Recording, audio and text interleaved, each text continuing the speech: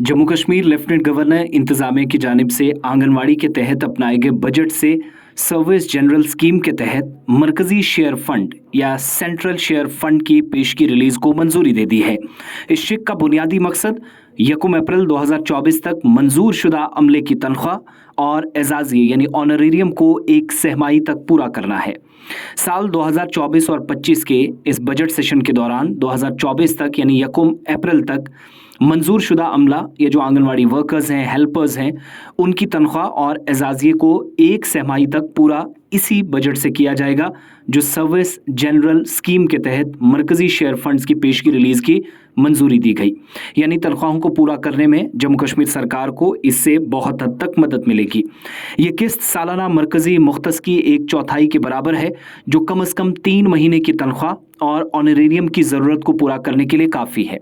यानी जम्मू कश्मीर सरकार को सरकारी मुलाजमीन के साथ साथ अगर कहीं पर मुश्किलात तनख्वाह के हवाले से आंगनवाड़ी वर्कर्स को लेकर पेश आ रही थी तो उनके ऑनरेरियम या तनख्वाह को पूरा करने के लिए उसने बाज़ाब्ता तौर पर एक किस्त एडवांस में ले ली है। ये एडवांस फंड्स उनके जारी होने पर ख़वातीन और बच्चों की तरक्की की वजारत से दोबारा हासिल किए जाएंगे, जिसको ख़वातीन की और बच्चों की तरक्की की वजारत जिसने ये फंड्स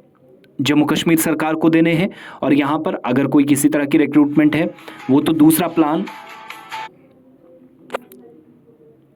दूसरा प्लान बनेगा, मगर इन सब के दरमियान ये एडवांस फंड्स के जारी होने पर ख़वातीन और बच्चों की तरक्की की वजारत से दोबारा हासिल किए जाएंगे। इधर साथ साथ सरकारी मुलाजमीन के लिए भी, जिनके लिए सियासी जमातें मुसलसल आवाज़ें उठाती रही हैं, तमाम जो रिटायर्ड एम्प्लॉयज़ हैं उनको ये हिदायत दी गई है कि सेंट्रल गारंटी हेल्थ स्कीम का फ़ायदा उठाएँ और उन्हें आयुष्मान भारत और बाकी सरकारी स्कीमों को छोड़ना होगा। यानी अगर जो सबकदोश मुलाजमीन हैं, जो सेवानिवृत्त जो मुलाजमीन हैं या फिर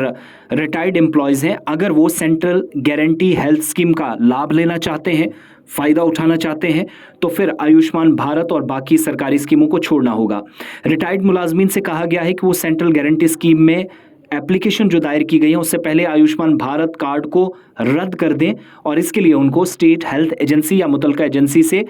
नो ऑब्जेक्शन सर्टिफिकेट यानी एनओसी हासिल करनी होगी। जम्मू कश्मीर सरकार की तरफ से रवा माह की 13 तारीख को जारी किए गए हुक्मनामे में बताया गया है कि मरकजी सरकार ने दिल्ली और चंडीगढ़ के पेंशनरों को, जिसमें FD कोड /43/2022 पार्ट 2 शिक 1 558 के तहत सेंट्रल गारंटी हेल्थ स्कीम में शामिल किए गए हैं। हुक्मनामे में कहा गया है कि एडिशनल डायरेक्टर CGSH चंडीगढ़ ने इस स्कीम को मरकजी ज़ेर इंतज़ाम इलाके जम्मू कश्मीर तक तौसी दी है। 31 अक्टूबर 2019 तक सरकारी नौकरी से जो लोग सबकदोश जम्मू कश्मीर में हुए हैं उन सरकारी मुलाजमीन को कहा गया है कि जम्मू कश्मीर में आम शहरियों के अलावा रिटायर्ड मुलाजमीन भी कई सेहत से मुतल्लिक स्कीमों से फ़ायदा ले सकते हैं, लेकिन किसी भी रिटायर्ड मुलाजिम को सिर्फ एक ही सेहत स्कीम से फ़ायदा एक वक्त पर मिलेगा। इसलिए सबकदोश मुलाजमीन को CGHS में अंदराज या रजिस्ट्रेशन के लिए गोल्डन कार्ड वापस करना होगा और मुतलका एजेंसी से NOC हासिल करके इन दूसरी स्कीमों से फ़ायदा ले सकते हैं। यानी तमाम सबकदोश या रिटायर्ड मुलाजमीन सेंट्रल गारंटी हेल्थ स्कीम का फ़ायदा ले सकेंगे, लेकिन आयुष्मान भारत और बाकी स्कीमों को इसके लिए छोड़ना होगा और मुतलका एजेंसी या स्टेट हेल्थ एजेंसी से NOC हासिल करने के बाद फ़ायदा उठाएं।